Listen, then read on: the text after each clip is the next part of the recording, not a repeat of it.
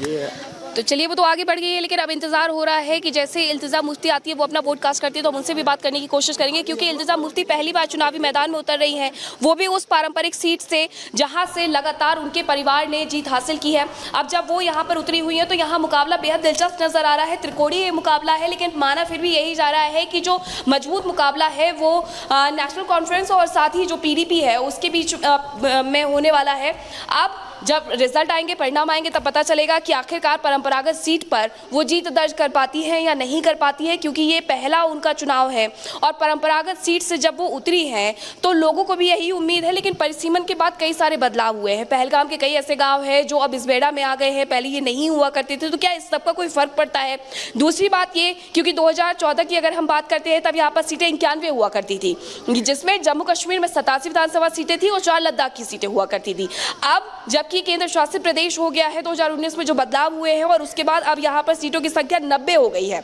90 में पहले फेज में जहाँ 7 जिलों की 24 विधानसभा सीटों पर चुनाव हो रहे हैं, तो उन 24 में से 16 ऐसी सीटें हैं जो कि कश्मीर क्षेत्र में आती है और 8 ऐसी सीटें जो कि जम्मू रीजन में आती है। अब इन तमाम सीटों पर सबसे ज्यादा जो नजर है वो बिजवेड़ा की इसी सीट पर इसलिए भी टिकी हुई है क्योंकि यहाँ से 2 मुख्यमंत्री मिले हैं जम्मू कश्मीर को, जिसमें मुफ्ती मोहम्मद सईद और साथ ही उनकी बेटी महबूबा सईद रही है। अब जब उनकी बेटी मैदान में है तो क्या वो यहाँ से जीत दर्ज करेंगी? देखिए, कई बदलाव हुए हैं और यही वजह है कि इस बार का जो चुनाव है जम्मू कश्मीर का वो काफी अहम माना जा रहा है। ठीक है, आप नजर बना के रखिए, तमाम अपडेट्स आपसे लेते रहेंगे। फिलहाल खबरों में आगे बढ़ते हैं, बात कर लेते हैं उत्तर प्रदेश की। उत्तर प्रदेश के शाहजहांपुर में बाढ़ और बारिश ने इस कदर हाहाकार मचाया हुआ है कि खेत हो या फिर सड़क, हर जगह सिर्फ पानी ही पानी नजर आ रहा है। इस वजह से किसान से लेकर जो लोग हैं वो काफी बेहाल और परेशान नजर आ रहे हैं। रिपोर्ट देखिए। उत्तर प्रदेश का शाहजहांपुर बाढ़ की चपेट में आ गया है।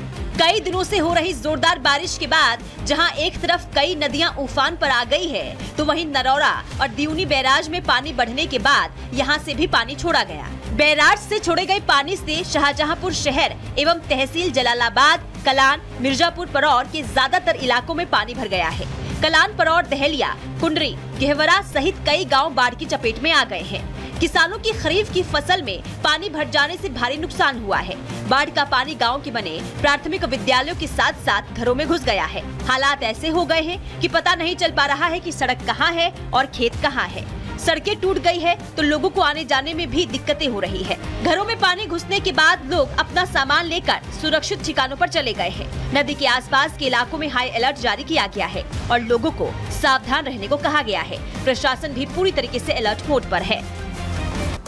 तो जगह जगह जो बारिश का कहर है वो देखने को मिल रहा है। खबर यूपी के मुरादाबाद से है, जहां पर कार में बैठे सवार कार के साथ बाढ़ में ही डूबने लगे। हालांकि बाद में उनका रेस्क्यू कर लिया गया। पूरी खबर दिखाते हैं 1 मिनट की रिपोर्ट में।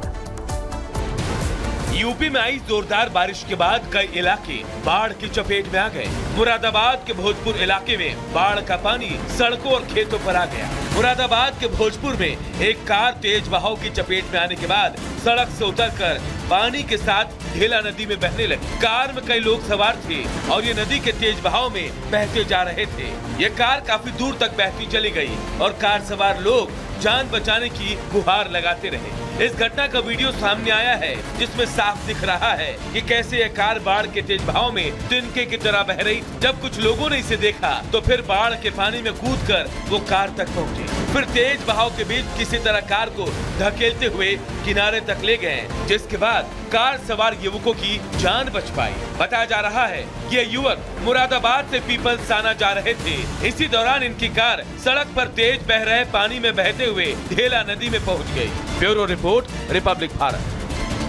चुनावों की जहां 24 सीटों के लिए लगातार मतदान जारी है और इस बीच 11 बजे के आंकड़े हमारे सामने आ गए हैं। 24 सीटों के लिए 11 बजे तक आपको बताएं 26% मतदान हुआ, यानी वोटिंग परसेंटेज समय के साथ बढ़ता जा रहा है। 26.72%, ये एक्यूरेट आंकड़े हैं जो हम आपको बता रहे हैं। देखिए, लंबी कतारें लगी हुई हैं और किसकी सरकार बनेगी 10 साल के अंतराल के बाद यहाँ चुनाव हो रहा है 370 हटने के बाद, और ऐसे में बड़ी संख्या में जो वोटर्स हैं वो अब रुक कर रहे हैं पोलिंग स्टेशंस का। 11 बजे तक 26.72% वोटिंग हुई और दिन चढ़ने के साथ उम्मीद ये की जा रही है कि वोटिंग प्रतिशत और बेहतर हो पाएगा।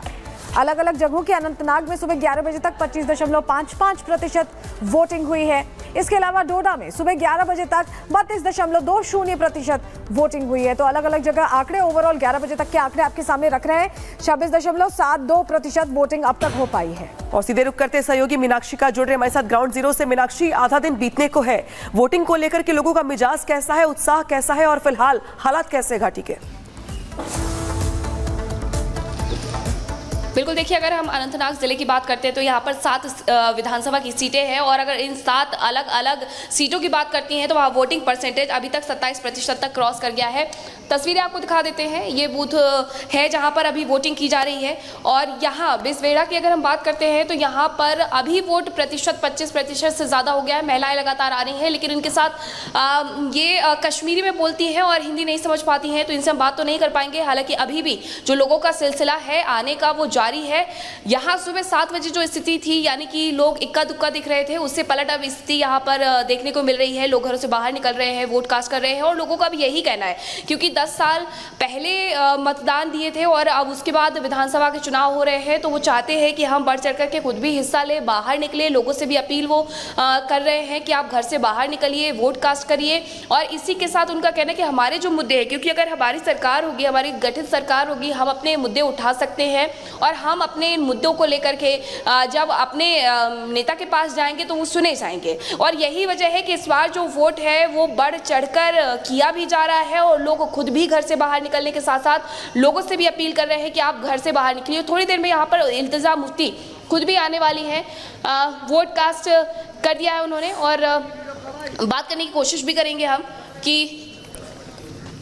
देखिए बात करने की कोशिश करते पहले।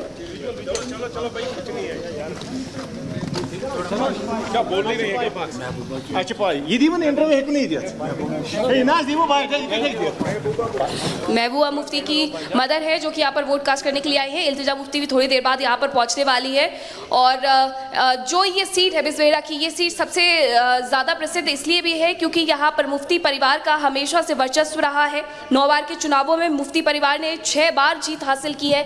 अब उनकी मदर यहाँ पर वोट कास्ट करने के लिए पहुँची हुई हैं, उन्होंने अपना वोट कास्ट कर दिया है। लेकिन जो इल्तिजा मुफ्ती है वो भी थोड़ी देर में पहुँचेंगे और अपना वोट कास्ट करेंगी। लेकिन आप चाहेंगे कि महबूबा जी दोबारा से मैडम किस तरह हालात में बेहतरी चाहती है? इस तरफ और किस तरह बेहतरी चाहती है मैम? जी मैडम किस तरह बेहतरी चाहती है? तो चलिए वो तो आगे बढ़ गई है, लेकिन अब इंतजार हो रहा है कि जैसे इल्तिजा मुफ्ती आती है वो अपना वोट कास्ट करती है तो हम उनसे भी बात करने की कोशिश करेंगे, क्योंकि इल्तिजा मुफ्ती पहली बार चुनावी मैदान में उतर रही हैं, वो भी उस पारंपरिक सीट से जहां से लगातार उनके परिवार ने जीत हासिल की है। अब जब वो यहाँ पर उतरी हुई है तो यहाँ मुकाबला बेहद दिलचस्प नजर आ रहा है। त्रिकोणीय मुकाबला है, लेकिन माना फिर भी यही जा रहा है कि जो मजबूत मुकाबला है वो नेशनल कॉन्फ्रेंस और साथ ही जो PDP है उसके बीच में होने वाला है।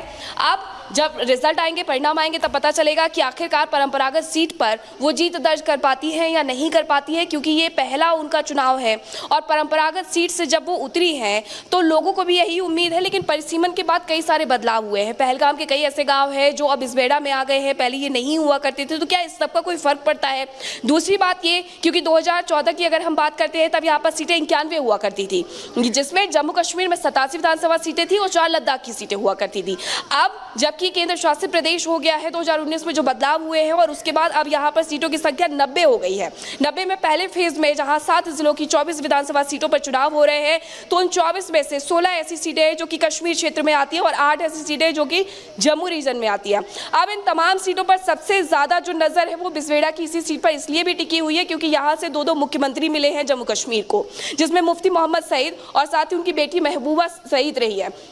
अब जब उनकी बेटी मैदान में है तो क्या वो यहाँ से जीत दर्ज करेंगी? देखिए कई बदलाव हुए हैं और यही वजह है कि इस बार का जो चुनाव है जम्मू कश्मीर का वो काफी अहम माना जा रहा है। ठीक है, आप नजर बना के रखिए, तमाम अपडेट्स आपसे लेते रहेंगे। फिलहाल खबरों में आगे बढ़ते हैं, बात कर लेते हैं उत्तर प्रदेश की। उत्तर प्रदेश के शाहजहांपुर में बाढ़ और बारिश ने इस कदर हाहाकार मचाया हुआ है कि खेत हो या फिर सड़क, हर जगह सिर्फ पानी ही पानी नजर आ रहा है। इस वजह से किसान से लेकर जो लोग हैं वो काफी बेहाल और परेशान नजर आ रहे हैं। रिपोर्ट देखिए।